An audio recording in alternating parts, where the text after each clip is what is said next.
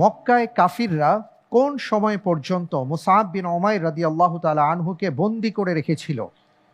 এ, আবিসিনিয়ায় হিজরত পর্যন্ত, বি, মদিনায় হিজরত পর্যন্ত, সি, শিআবে আবি তালিবে বয়কট পর্যন্ত, ডি, আকাবার প্রথম শপথ পর্যন্ত।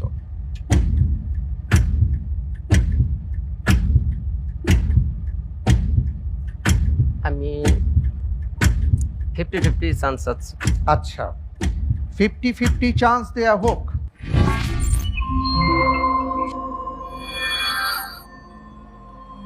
দুটি অপশন আপনার সামনে আছে, অপশন এ, অপশন বি। আবিসিনিয়ায় হিজরত পর্যন্ত, মদিনায় হিজরত পর্যন্ত। জি আলহামদুলিল্লাহ, আমি আল্লাহর উপরে ভরসা করে এই প্রশ্নের উত্তর হিসাবে বেছে নিচ্ছি অপশন এ, আবিসিনিয়ায় হিজরত পর্যন্ত। আবিসিনিয়ায় হিজরত পর্যন্ত ফিক্স করে দিব, ইনশাআল্লাহ। লক করা হোক অপশন এ, আবিসিনিয়ায় হিজরত পর্যন্ত।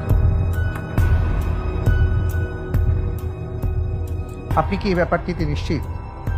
মোটামুটি নিশ্চিত আর কি। মোটামুটি।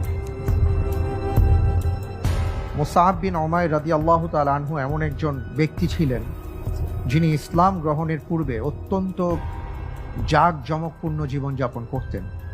বর্তমান সমাজে আমরা যাকে প্রাচুর্য বলি, আমরা অনেক ধরনের সেলিব্রিটিদেরকে দেখি যাদের জীবন নানা ধরনের, এবং আমরা দেখি যে খুব ফ্যাশনেবল তারা, যারা ফ্যাশনেবল জীবন যাপন করেন। মুসআব বিন উমাইর রাদিয়াল্লাহু তাআলা আনহুর জীবন ইসলাম গ্রহণের পূর্বে একরকম ছিল, ইসলাম গ্রহণের পরে তিনি আরেক রকম জীবন যাপন করেন, এবং তাকে ঘিরে আল্লাহ সুবহানাহু ওয়া তাআলা পরবর্তীতে আয়াতে কারিমা নাজিল করেছেন তার শাহাদাতের পরে।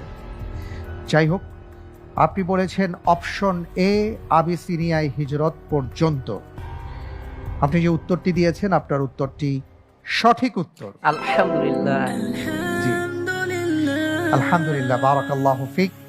ইসলাম গ্রহণের প্রথম পর্যায়ে তিনি ইসলাম গ্রহণ করেন, এবং তিনি যখন মুসলিম হন তার কিছুদিন পর পরিবারের লোকজন একমত হয়ে তাকে বেশ কিছুদিন ঘরে বন্দি করে রেখেছিলেন। কিন্তু মুসআব রাদিয়াল্লাহু তাআলা আনহু একদিন সুযোগ পেয়ে পালিয়ে গিয়েছিলেন, এবং প্রথম যারা হিজরত করেছেন তাদের সঙ্গে তিনি মিলিত হন। হাবশায় তিনি হিজরত করেন, অর্থাৎ আবিসিনিয়ায় হিজরত করেন।